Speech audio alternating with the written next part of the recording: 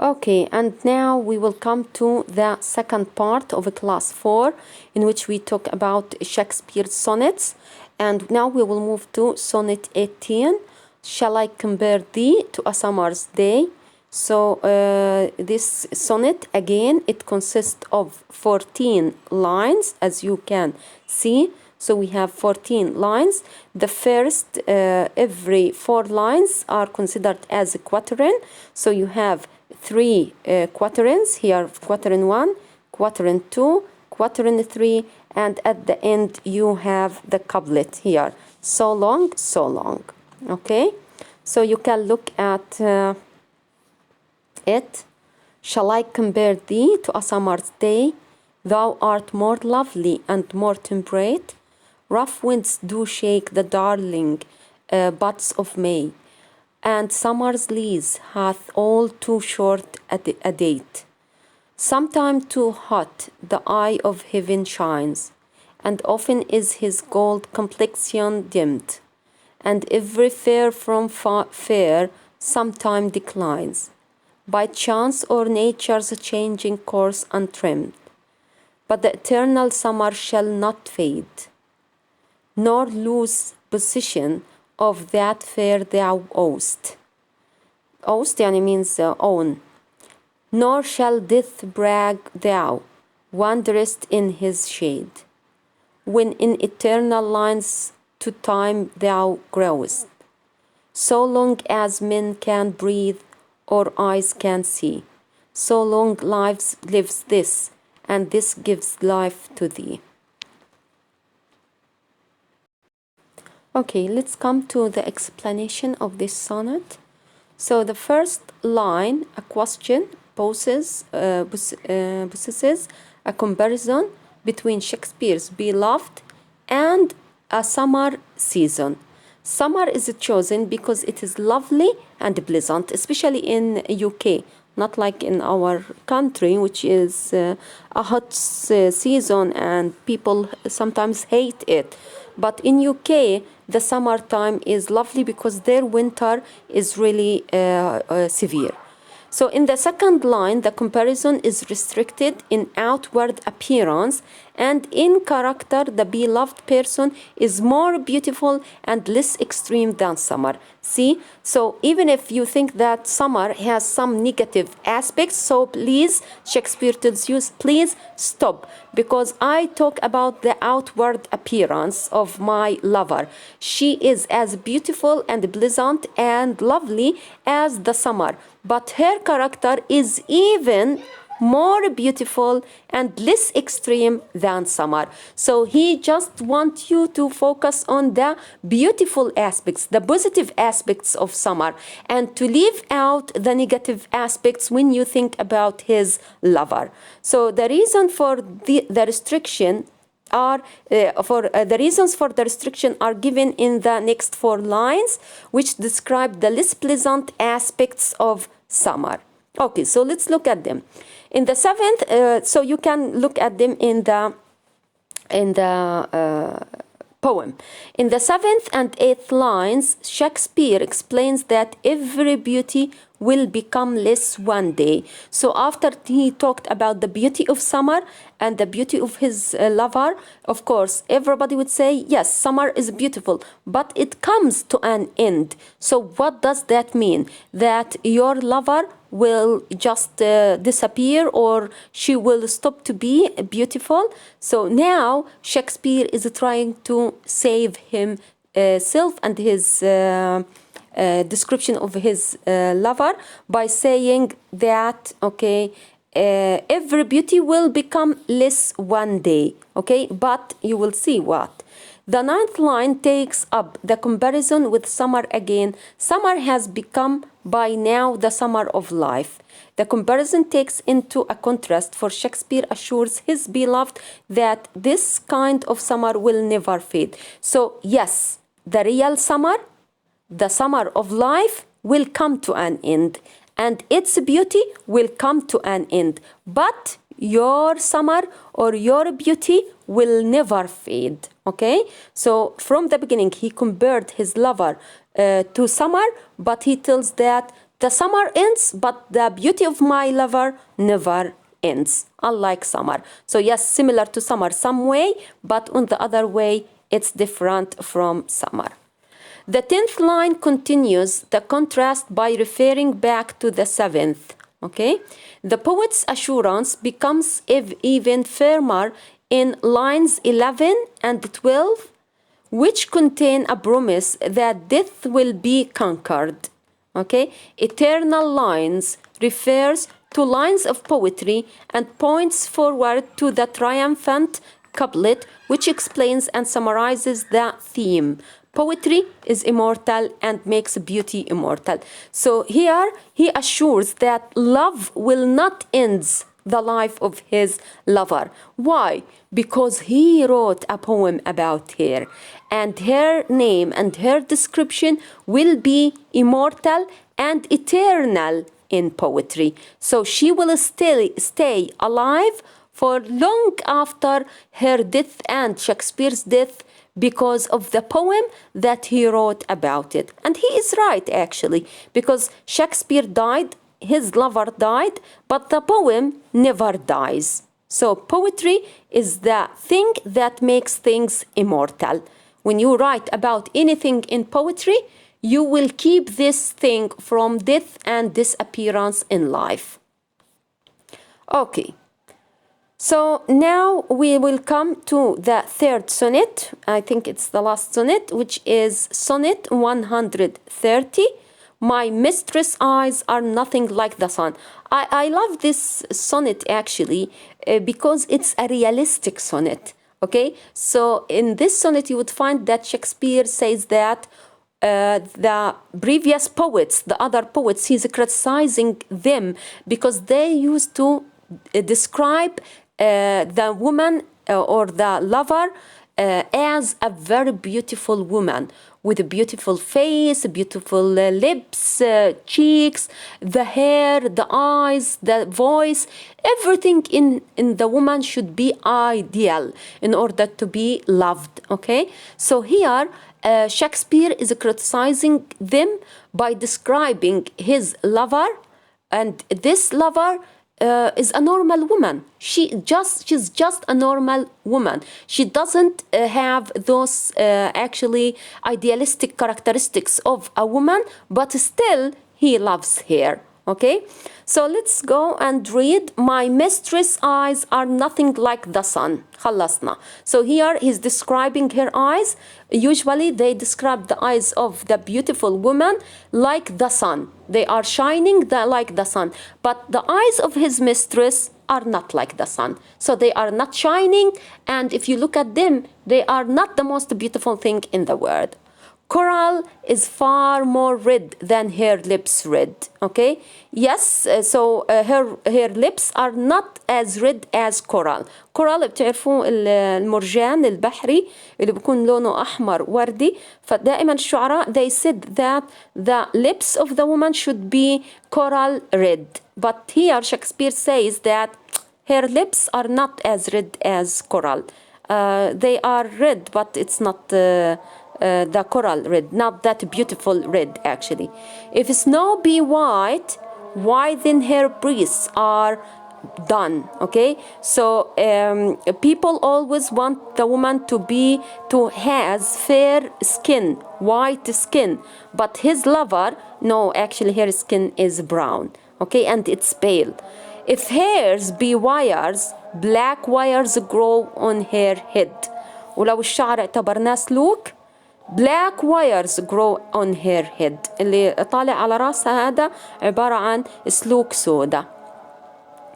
I have seen roses damasked, red and white, but no such roses see in her cheeks.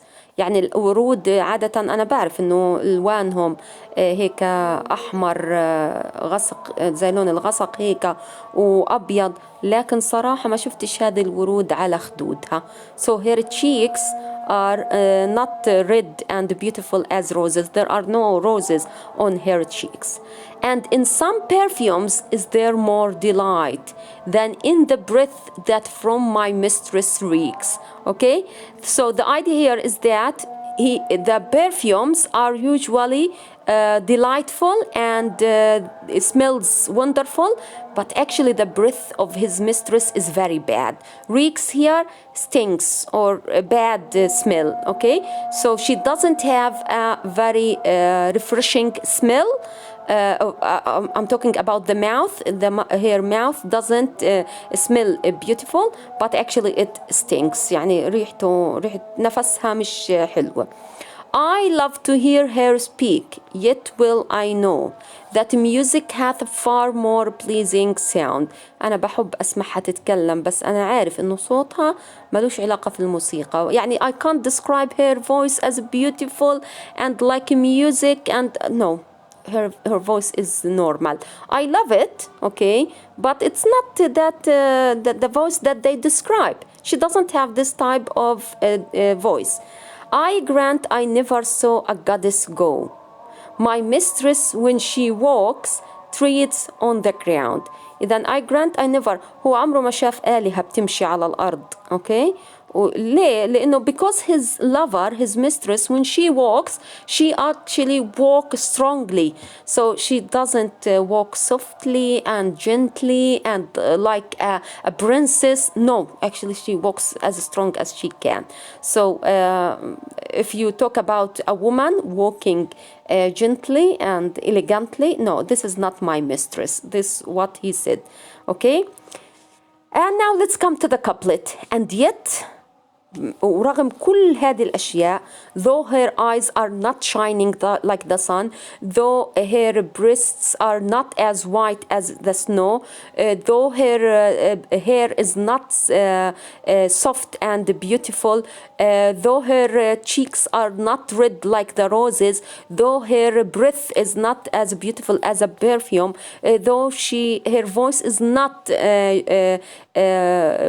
meek and tender and soft like music, okay, and though her walk is not gentle and is not actually elegant as the goddess, but still and yet by heaven I think my love as rare as any she belied with false compare, okay. لكن باعتقاده إنه he loves her and she is rare. That's why he loves her. He considers her as a rare person. You can't find. Okay, fine. So Sonnet 130 is an unusual poem because it turns the idea of female beauty on its head and offers the reader an alternative view of what it's like to love a woman. Warts and all despite her shortcomings, okay? So this is what we mean by loving a woman. The woman will have shortcomings, okay? Problems in her physical appearance, in her voice, in her behaviors, but still you love her. Okay, let's come to the analysis. So line number 1, when Shakespeare was writing this sonnet, it was all the rage to compare a lover's eyes to the sun and sunlight. So actually I don't know what we mean here. When Shakespeare was writing this sonnet, it was all the rage, okay, or actually here all the rage it is supposed to be, it was actually it spread actually at that time to compare, it was well known to compare a lover's eyes to the sun and sunlight. Shakespeare completely negates this using the phrase nothing like to emphasize the fact that this female's eyes are not bright. We talked about this point. إذا النقطة الأولى عيونها لا تلمع كالشمس. The second line focuses on the mistress's lips and informs the reader that they are not that red, not as red as coral, the marine corals. Again, the perfect color for the perfect female. إذا هنا her eyes, هنا her lips. Okay. In lines 3 and 4, the anatomy of the mistress is further explored, تشريحها, in unorthodox fashion. In Shakespeare's time, the ideal woman was white, slender, blonde-haired, red-lipped, bright-eyed, and had silk smooth white skin.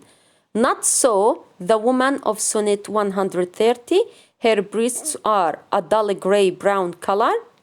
جسمها لونه على بني مايل. Not snow white, ملوش علاقة في بياض الثلج. And she has dark hair, not blonde hair, شعرها أسود مش أشقر. That stands out like wires, وكمان مش ناعم، عامل زي السلوك.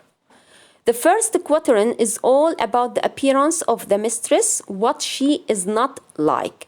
طيب, the second quatrain takes the reader a little deeper, and in the paired lines 5 and 6, the notion that this mistress is not your ideal female model is reinforced. Okay? She doesn't have rosy cheeks. يعني هي مش النموذج المثالي للمرأة الجميلة في ذلك الوقت. She doesn't have rosy cheeks. So we talked about her eyes, we talked about her lips, about her hair, about her skin, now her cheeks. Even if the speaker has seen plenty of natural damask roses in the garden, she's still not like them. Okay? If the classic, lovely and fragrant English rose is absent, at least this mistress has no pretense to a sweet-smelling breath. Even the smell of her breath is not sweet. Her breath reeks. Reeks means stinks. Okay? So her breath smell is bad. The third quatrain introduces the reader to the mistress's voice and walk, and offers up no extraordinary claims. يعني مشيتها وصوتها والله عاديين، ما فيهم أي حاجة فوق الطبيعة عشان نقعد نغني لها. She speaks and walks normally. She speaks and walks normally. She hasn't a musical voice. She uses her feet to get around. صوتها ما فيش فيه موسيقى، ولما تمشي بتدب على الأرض دب. In the couplet, the speaker swears that he loves his mistress just as much as those poets who exaggerate their beloved features. إذا قد ما أنتم حبيتوا ملكات الجمال اللي كنتوا بتوصفوهم، أنا كمان بحب my mistress. He loves her simply because to him she is rare, نادرة, or a unique individual. إذن هو بحبها بس ببساطة مش للجمال اللي أنتوا بتوصفوه، ولكن فقط لأنها إنسان نادر الوجود. Not only is the speaker being blatantly honest in this sonnet, he is being critical of other poets who put forward false claims about women. He's not prepared to do that, referring instead to enhance his mistress's beauty, deepen his love for her despite her outward appearance. So even if she's not as beautiful as you described, okay, still I love her because my love doesn't depend on her physical appearance, outward appearance, but on her personality too.